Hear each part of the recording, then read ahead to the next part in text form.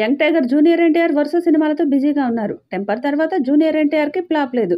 వీటిలో RRR, దేవర సినిమాలు దేవర భారీ విజయాలు అందుకున్నాయి. ఇప్పుడు ప్రశాంత్ నీల్తో మూవీ చేస్తున్నాడు. ఈ చిత్రం మీద భారీ అంచనాలు ఉన్నాయి. మైత్రి మూవీ మేకర్స్ నిర్మాణంలో భారీ బడ్జెట్తో రూపొందనున్న ఈ సినిమా షూటింగ్ ఫిబ్రవరి నుంచి ప్రారంభం కానుంది. ప్రస్తుతం ప్రీ ప్రొడక్షన్ పనులు ముగింపు దశలో ఉన్నాయని సమాచారం.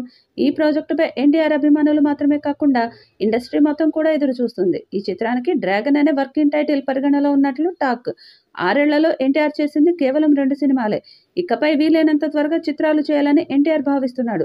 మేకర్స్ ముందుగా 2026 సంక్రాంతి విడుదలను లక్ష్యంగా పెట్టుకున్నారు. సాధారణంగా పాన్ ఇండియా సినిమాలకు చాలా సమయం అవసరం ఉంటుంది.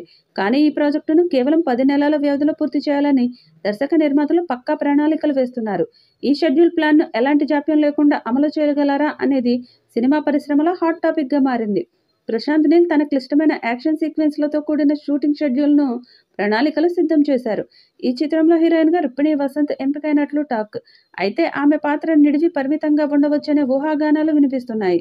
ఈ చిత్రానికి రవి బస్రూర్ సంగీతం ఇస్తున్నాడు. దాంతో ఈ చిత్రం మీద భారీ అంచనాలు నెలకొన్నాయి.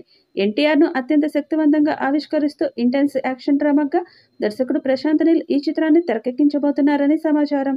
ఎన్టీఆర్తో సినిమాలు చేయడానికి డైరెక్టర్లు సైతం ఆసక్తిని చూపిస్తున్నారు. త్వరలోనే సెట్స్ పైకి వెళ్లబోతున్న ఎన్టీఆర్ ప్రశాంత్ నీల్ కాంబినేషన్ పై భారీగా అంచనాలు నెలకొన్నాయి. మరి ఈ సినిమా విడుదలయ్యి ఎలాంటి ఫలితాలను అందుకుంటుందో చూడాలి. ఈ సినిమాతో ఎన్టీఆర్ సోలో హీరోగా 1000 కోట్లు కలెక్ట్ చేస్తాడని ఫ్యాన్స్ భావిస్తున్నారు. మరి ఈ చిత్రం ఎలాంటి రికార్డ్స్ క్రియేట్ చేస్తుందో చూడాలి. ఈ వీడియోపై మీ అభిప్రాయాన్ని కామెంట్ బాక్స్లో తెలియజేయండి. వీడియో మీకు నచ్చితే లైక్ చేయండి, షేర్ చేయండి, కామెంట్ చేయండి. మరిన్ని అప్డేట్స్ కోసం మన ఛానల్ని సబ్స్క్రైబ్ చేసుకోండి. అలాగే పక్కనే ఉన్న గంట సింబల్ని గట్టిగా కొట్టండి.